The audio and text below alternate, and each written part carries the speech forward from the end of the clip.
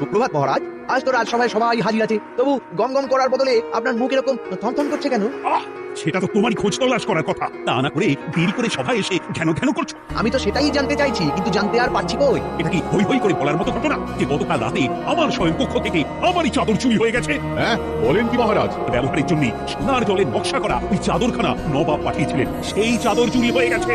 কথাটা পাঁচকান না করে চেপে গেলেই তো মিটে যায় মহারাজ। না থাকবে সাক্ষী, না জানবে কাকপক্ষী। তোমার যেমন বুদ্ধি, নবাব রাজ্য পরিদর্শনে এসে যদি দেখেন আমি ওই চাদরখানা ব্যবহার করছিলাম, তখন কি হবে ভেবে দেখেছো? এটা গোপালের বুদ্ধি নাকি দুর্বুদ্ধি মহারাজ? না না না না, আমারও মনে হচ্ছে এতে এতে বিপরীত হতে পারে। হতে পারে মানে? হবেই হবে।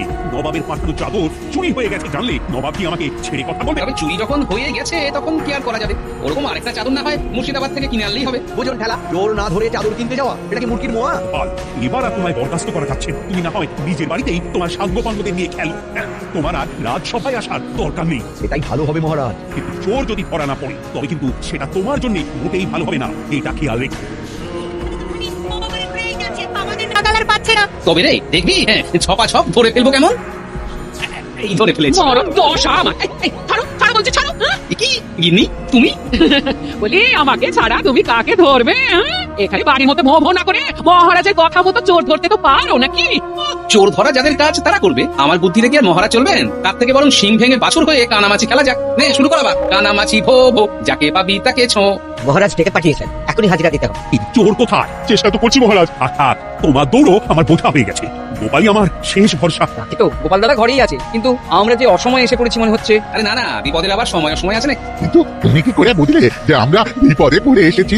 সেই জন্যই তো বলছি, এসেছো যখন তখন বলেই ফেলো। কি আর বলবো গোপাল দাদা, সর্বনাশ হয়েছে। মন্ত্রীমশাই গ্রামে গ্রামে গিয়ে নিরীহ গ্রামবাসীদের ধরে নিয়ে গিয়ে গারদে ভরছেন। কে নাকি খাজনা দেয়নি, কে নাকি কর ফাঁকি দিয়েছে। কে নাকি মহারাজের অনুমতি ছাড়াই তার খাস জমিতে চাষ করেছে। বুঝতে পেরেছি, চোর বাঁচতে এবার গা উজাড় করছে মন্ত্রীমশাই। না না, তাহলে তো আর হাত পা গুটিয়ে বসে থাকলে হবে না। দাও আরেক মুঠো ভাত দাও তো গিন্নি। আবার এদিকে চোরের উপদ্রব, ওদিকে আবার নবাবের তো। কি যে করি?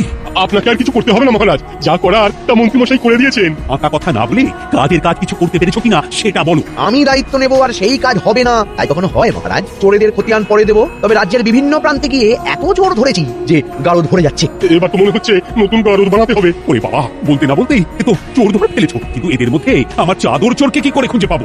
কালই আসছেন, তার আগে চোর ধরে তার কাছ থেকে চাদর উদ্ধার আমাকে করতেই হবে। কি হবে সেটা তো কৃষ্ণচন্দ্র তুমি হাড়ে হাড়ে টের পাবে। ঘুঘু দেখেছিলে, কিন্তু এবার ঘুঘুর ফাঁদ আমি তোমাকে দেখাবো। একখানা জাল বিছিয়েছেন যে সেই জাল ছিঁড়ে বেরোনো একেবারে অসম্ভব। আমি না হয় জাল ছড়ালাম, কিন্তু তাতে মাছ উঠবে কিনা সেটা বলো।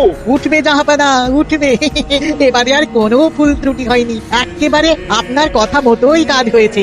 কৃষ্ণনগরে গিয়ে কৃষ্ণচন্দ্রকে আচ্ছা করে সমঝে দিয়ে আসি, এবার ওর পেয়ারের গোপালও ওকে আর বাঁচাতে পারবে না।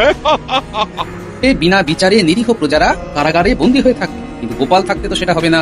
রাখে গোপাল, মারে কে? ওমা, এ কি গারদ তো বিলকুল ফাঁকা। এর জন্য তো উনি দায়ী। আমাকে এসে মহারাজের নির্দেশের কথা বলতেই তো আমি সবাইকে ছেড়ে দিলাম। পক্ষী যা বলছে তা অক্ষরে অক্ষরে সত্যি মহারাজ। না না না, এর সাজা তুমি পাবে। তাহলে গারদ ফাঁকা থাকবে না বলছেন মহারাজ? সেখানে থাকবে গোপাল? নিশ্চয়ই। তবে নবাব এসে এই দৃশ্য দেখলে ভুল বার্তা যাবে, তাই নবাব কাল পরিদর্শন করে চলে গেলে তারপরে গোপালকে গারদে ভরা হবে। ও কৃষ্ণচন্দ্র, মুখ চোখ দেখে তো মনে হচ্ছে যেন রাজ্যকে চোর পাহারা দিয়েছো। তোমায় যেন কেমন শুকনো শুকনো দেখাচ্ছে। কই না তো, এই তো কেমন তরতাজাই আছি। রাজ্যের অবস্থা কেমন? এই তো দিব্যি চলে যাচ্ছে। হ্যাঁ জাহাপানা, রাজ্যের অবস্থা এখন একেবারে নিয়ন্ত্রণে। তাই নাকি? কিন্তু মহারাজ তো নিজের পোশাক পরিচ্ছদই নিয়ন্ত্রণে রাখতে পারছেন না। রাজ্যটা তবে কিভাবে নিয়ন্ত্রণে রাখছে? মহারাজের সাথে মানানসই করে যে চাদরখানা মুর্শিদাবাদ থেকে আমি পাঠালাম সেটা গেল কোথায়? আমি বলি, মানে ব্যাপারটা হলো কি, ওই চাদরটা খোয়া গেছে। হে কৃষ্ণচন্দ্র, এই কথাটা তো তাহলে বেমালুম চেপে গেছিলে দেখছি। না মানে ওই কিন্তু আপনি যে আমার পুরো কথাটাই শুনলেন না জাহাপনা। সবটুকু না শুনেই মহারাজকে চেপে ধরাটা কি ঠিক হচ্ছে আপনার? সে কি এখনো পুরোটা বলনি? সবটা তাহলে কি? চাদরটা খোয়া গেছে, তবে চাদরটা পাওয়াও গেছে। চাদর পাওয়া গেছে? রাজের শাসনে চুরি করে পার পাওয়ার উপায় আছে। চোর বামাল ধরা পড়েছে। কিন্তু সেটা কি করে সম্ভব জাহাপানা? হয়তো এটা তো হতেই পারে না। এই তো বিশ্বাস করুন জাহাপানা, চুরি আমি করেছি। আমার কাজ আর দিতে আবার করবো না গো। কিন্তু পচা কি করে চোর হয়? শুরু কর জাহাপনা না হয় জানুক সবটা। তার মানে আমাকে এখন চোরের মুখ থেকে তার চুরির কিস্সা শুনতে হবে? আর তারপরে এটাও মানতে হবে যে পচাই হলো চাদর চোর। হতেই পারে না, আমি নিজে মুর্শিদাবাদ থেকে চোর পাঠিয়ে মহারাজের ঘর থেকে চাদর চুরি করিয়েছি, যাতে পরে নবাবের সামনে মহারাজের নাক কাটা যায়, আর গোপাল বলে কিনা কেলে পাতা চোর। মানে সবটাই সাজানো ঘটনা। এরপরে আর কিছু বলার আছে জাহাপনা? দুধ আর পানি কেমন আলাদা হয়ে গেল? এই চা দেরি তো হয়ে তো সত্যি কথাটা বলে ফেলেছি, কি হবে এবার? আমি কেঁচোকে ধরে একটা নাটুকে টান দিলাম, আর কেউটে বেরিয়ে এসে বলল আমি বিষাক্ত। মানে মানে মানে খুবই সোজা মহারাজ। আপনি তো ওই রেশমি চাদরটা আমাদের রাজসভাতে দেখিয়েছিলেন। হ্যাঁ, তা তো দেখিয়েছিলাম।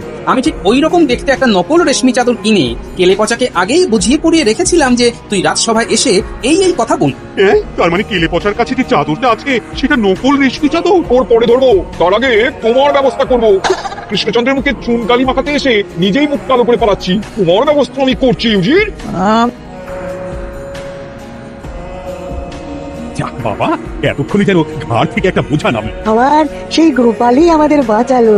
গোপালের বুদ্ধি কমে গেছে বলাটা আমার মহা ভুল হয়েছে। ভুল তো আরেকটা হয়েছে মহারাজ, নিরীহ গ্রামবাসীদের বিভিন্ন অজুহাতে চোর বলে গারদে ভরাটা কি ঠিক হয়েছে? এই সব ছেড়ে আপনি বরং আসল কথাটাই আসুন মহারাজ। মানে গোপালকে গারদে ভরার ব্যাপারটা কি হবে? যা শুনলাম, এরপরে আবার গোপালকে শাস্তি দেওয়ার কথা বলছো তুমি? গারদে তো ঢুকবে তুমি আর সেনাপতি। নিরীহ গ্রামবাসীদের চোর সাজিয়ে ঢোকানোর জন্য এটাই তোমাদের শাস্তি। আমি আবার কি করলাম মহারাজ? আমি তো ওই মন্ত্রী মশাইয়ের কথাতেই উঠেছি আর বসেছি। কি? এবারে আমি পালাচ্ছি। এই বাঁচতে চাইলে তুমিও পালাও সেনাপতি, পালাও। বলে না হয় বুদ্ধি বাড়ে, কিন্তু মন্ত্রী আর সেনাপতি পালালে কি হয় মহারাজ? না না, এবার এটাই জানতে হবে।